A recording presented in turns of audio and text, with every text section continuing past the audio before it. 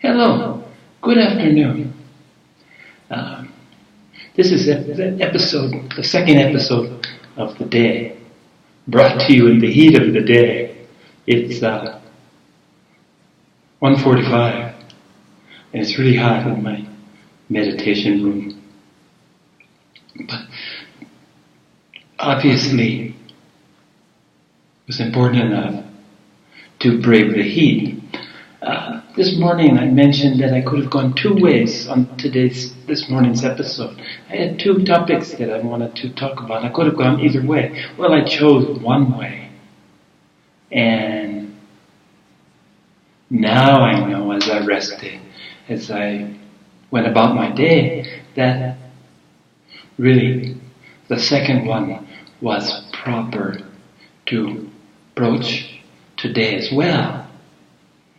And what prompted this is the way that we use language, the way that we use words. In Zen, words that we take for granted, two come immediately to mind: silence and clarity. One has the promise of the other within that elusive element, for me, of clarity. It's closely linked, or as a consequence or result, is a promised result from silencing the mind. And this is something that I've, other than brief moments, much as I experience bliss, it's a brief, intense moment. And silence is much the same for me.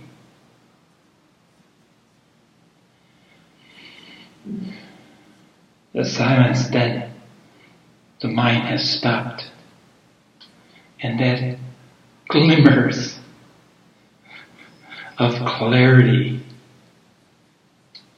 persevere, peek through,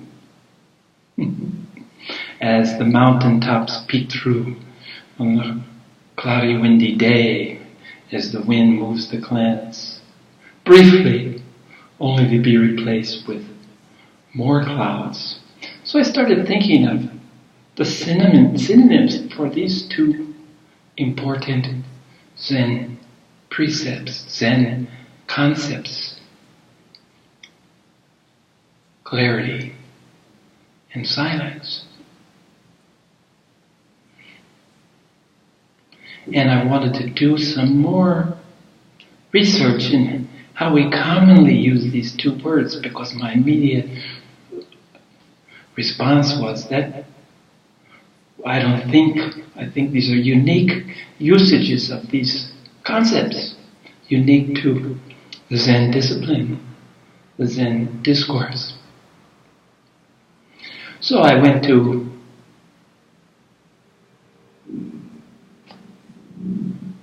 do a little research. But first, let me preface this with saying that I was looking for the antonym, the polarity to silence.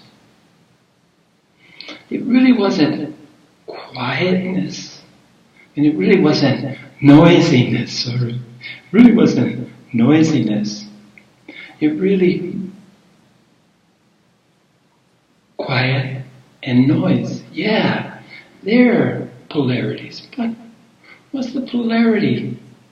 It's the direct opposite of silence. And remember, silence is not the lack of, in the Zen sense, not necessarily the lack. It's supposed to have promises of more than lack. It promises more than the lack of sound. It rewards you with clarity.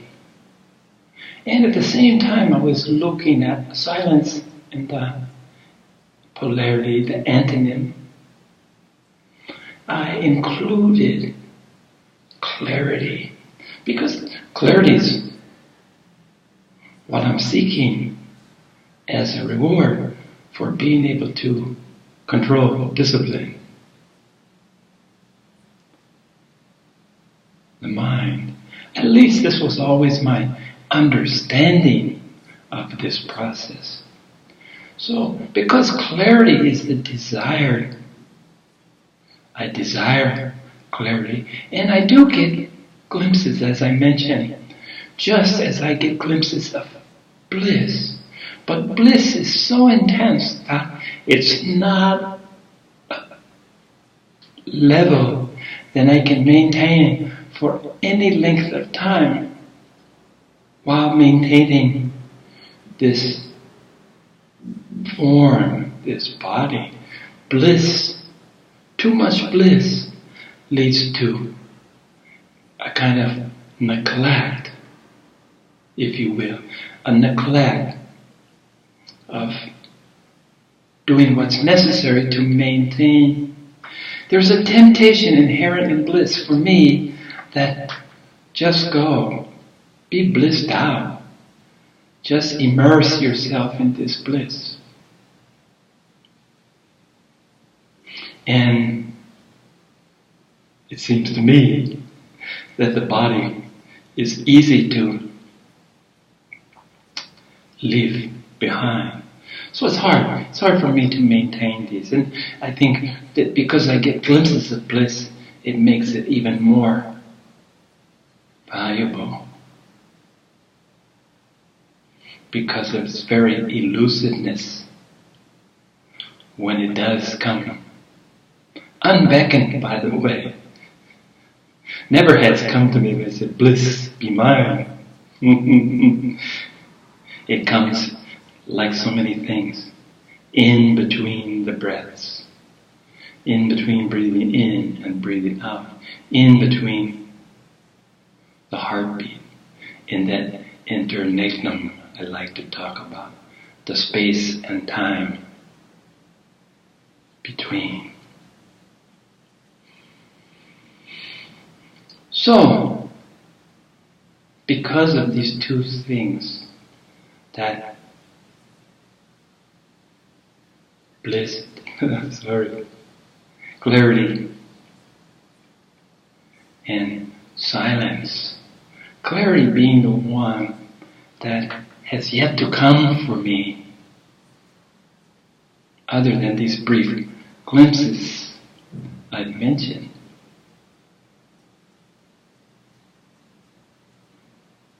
Doesn't seem to be an obtainable, permanent condition for me. Clarity. So I went, let's go and let's look at the long list of words that we use in our language, the English language, as synonyms. As synonyms for clarity. And we'll go with accuracy, brightness, certainty, directness, lucidity, precision, purity, simplicity, transparency, articulateness, comprehensibility, consciousness, definition, distinctness, evidence, exactitude, exactness, explicitness, intelligibility, intelligibility, limpidity, obviousness, openness, palpability, penetrability, perceptibility. perceptuity,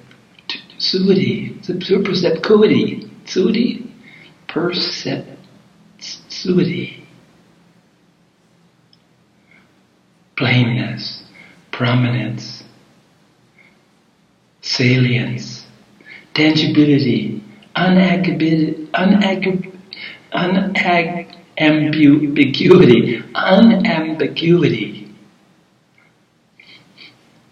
cognizability, decipherability, explicability, limpidness, manifestness, overtness, and unmistakability. Well, if I rank that long list, some come closer to others, to my understanding of what clarity truly is. And now let's do the same thing. I'm going to go through another long list of words for silence: blackout, calm, lull, peace, quiet, reticence, secrecy, stillness, censorship, death, dumbness, hush,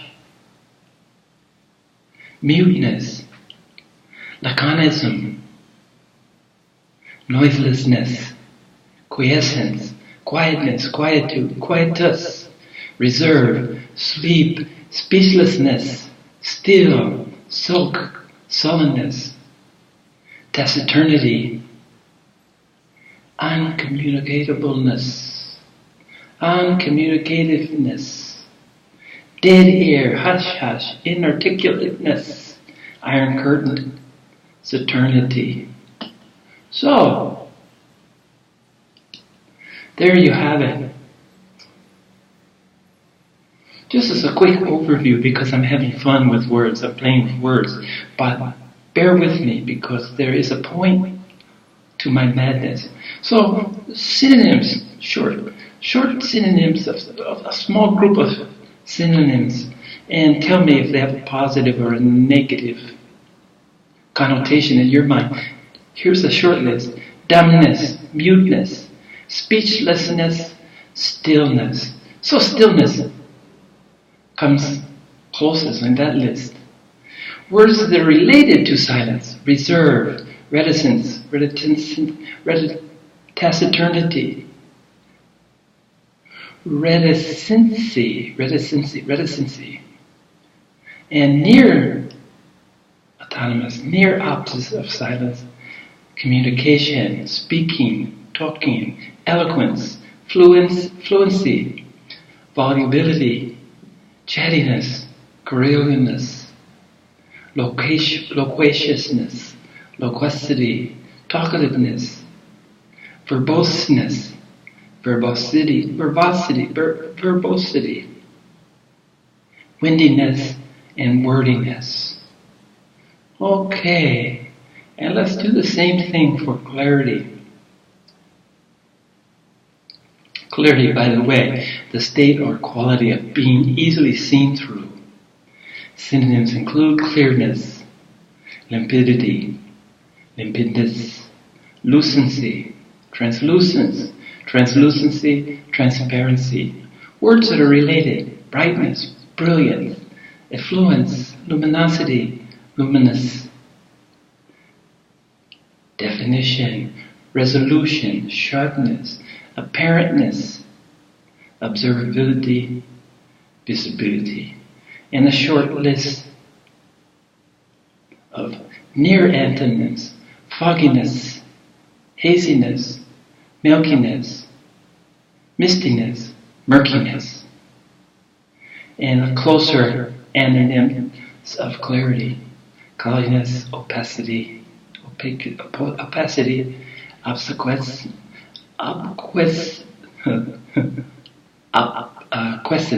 acquiescence, turbidity, and turbidness.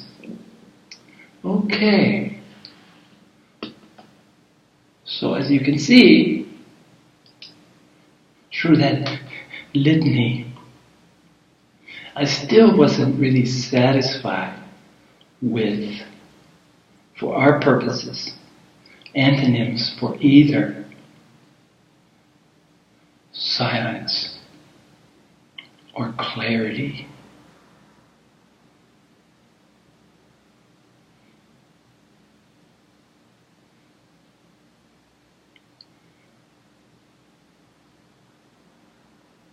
The next chapter that I'm going to do is about words and how we're forced to use them for lack of anything else to convey concepts that we want to share. So, as I demonstrated, there's many ways to look at words, many other words that can be sometimes substituted. Not every word is a pertinent, appropriate substitution of a particular meaning. You have to pick and choose. And here, for me, silence doesn't necessarily mean the lack of words, the lack of noise. Silence here means the lack of thoughts, of true emptiness, of experiencing emptiness. I use this concept of a void when it comes time, when your time comes, as it will, when you have to choose that leap of faith to abandon everything that you thought was so, everything that you considered real. You're going to willingly leave it behind, jumping into the void, jumping off the cliff into the abyss of the unknown. And you need to do this fearlessly,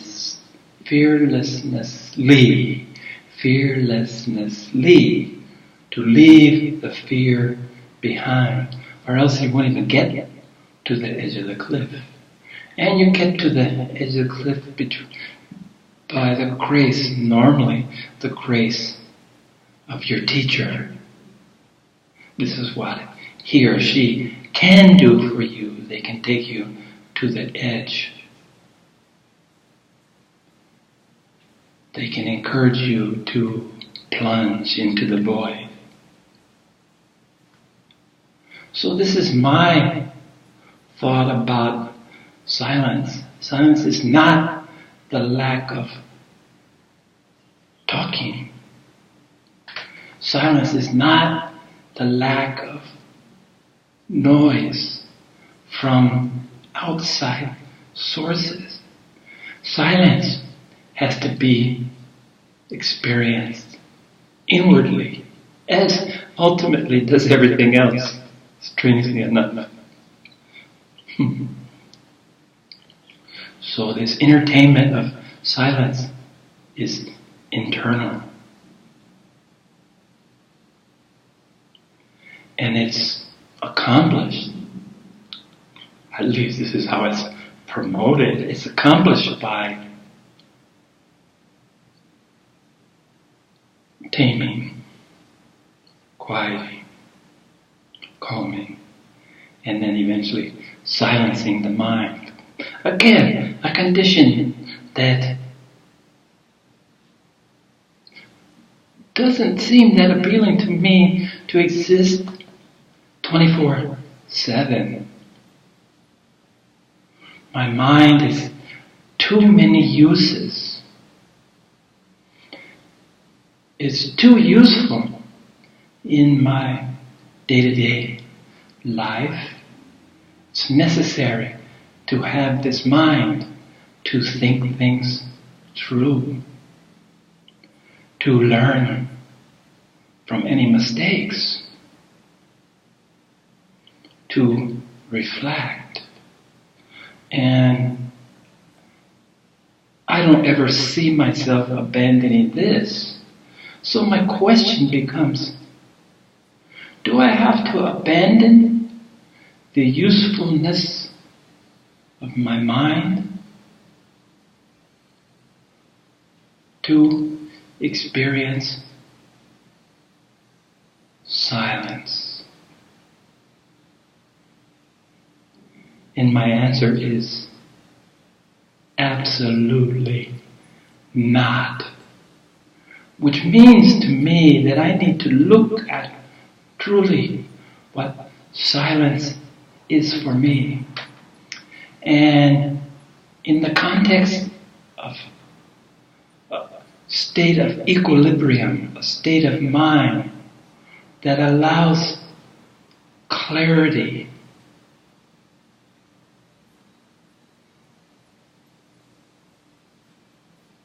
is perhaps worth examining. Perhaps, certainly worth examining for me.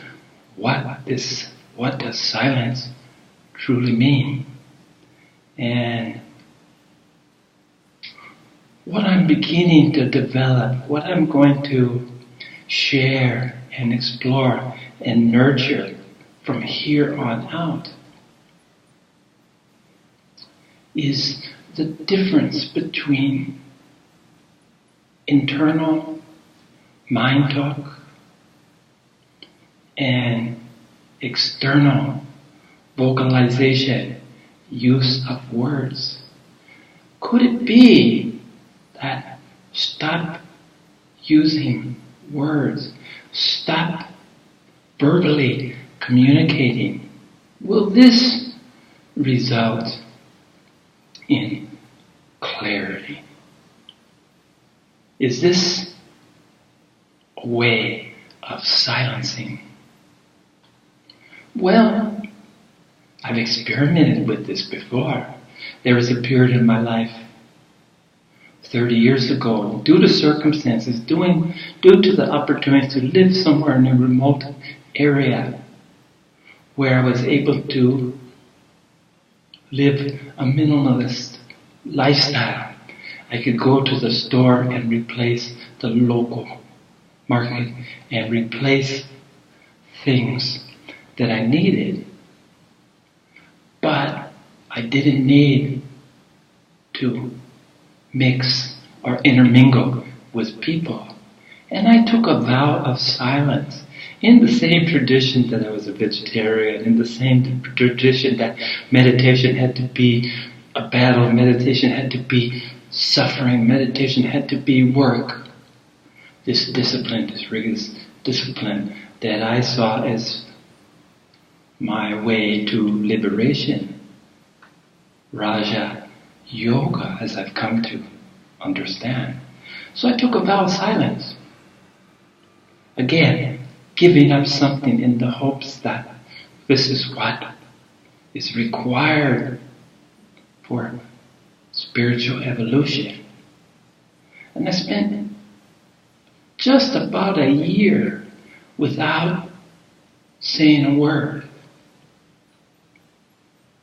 Now, during this time, my mind was quite active, doing a lot of contemplation. I was doing a lot of gardening. I was actually growing and propagating anthuriums as I cleared this rainforest area and made it suitable to propagate anthuriums, a flower which I love very much. And learned a lot from propagating. So I had this venture into silence where I didn't utter a word for a year. And I have to report that while it was a wonderful experience, in fact, it was really difficult to get going again. When I decided it was time to start talking again, I found it very, very difficult to talk. And I struggled with this for a while, this period of transition. But my point in this experiment, looking back on it, because I had no idea what prompted it, other than being in the spirit of restricting and limiting myself through discipline in the hope, false hope, by the way, of tangible rewards in my spiritual journey, which was and always has been the only thing that really mattered to me. The only thing that I was consistent about. Misdirected, no doubt. But age, as I've shared before, had a way of taking care of that. Surrender. Mellowing out.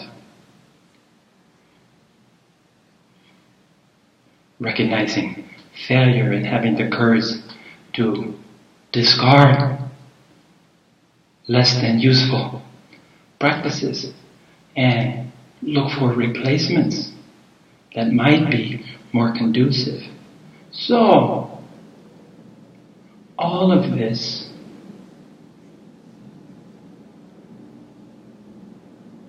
led me to believe I've experimented with the opposite of silence. Accepting the opposite of silence is not verbalizing, not talking, silent, quiet. Even though quiet and noise is a better. And not talking is a pretty poor substitute. It's not very good polarity for silence, because ambient noise is much harder to eliminate.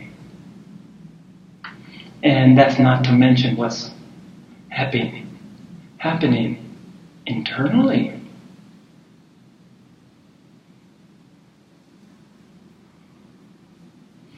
So, searching for what silence is by looking at the synonyms, words of similar meanings, looking at the antonyms, sharing with you long lists of both.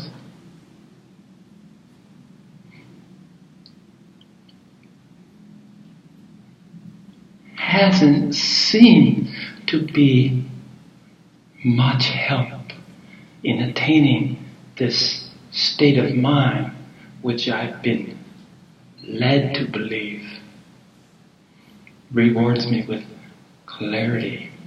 What I'm sharing with you is that this lifelong search for clarity has not validated completely for me of the necessity to silence the mind.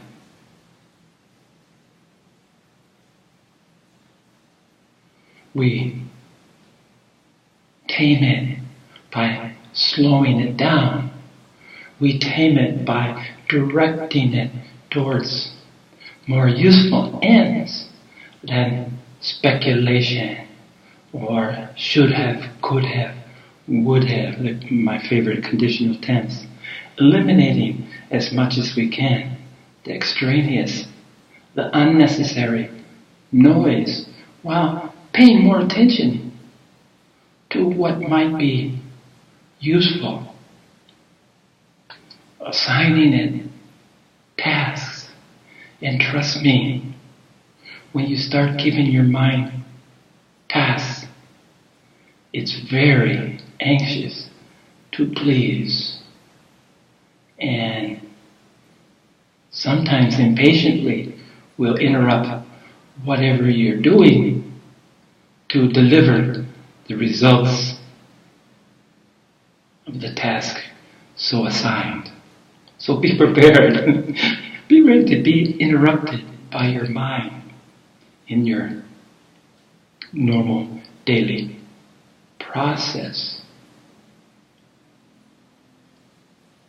So as I've seen that polarities have been so useful, and they've come to mind so quickly, that the absence of polarity in the realms of my understanding, the absence of polarity, of useful polarities, of obvious polarities, because polarities by their nature should be obvious, black and white, come to mind.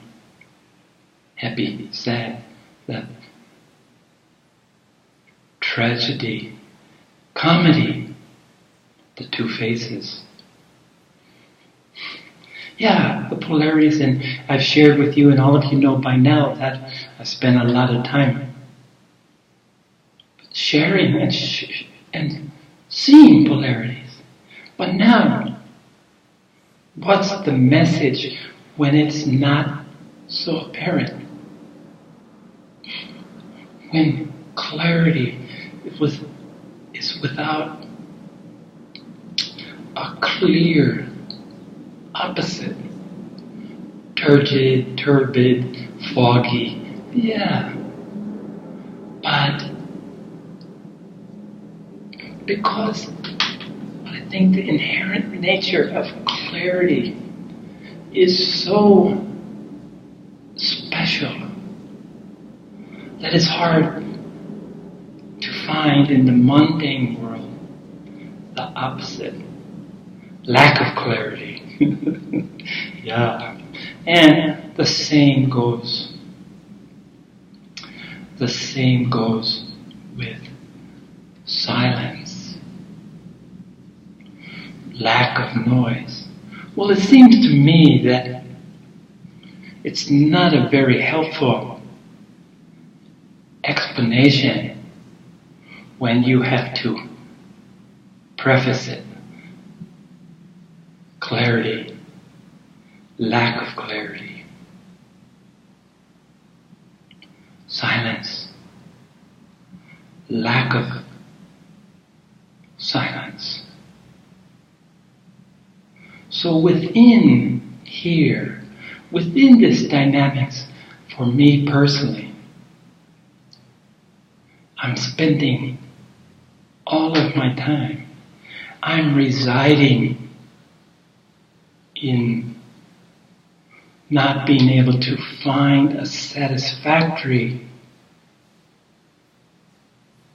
polarity for both these silence and clarity.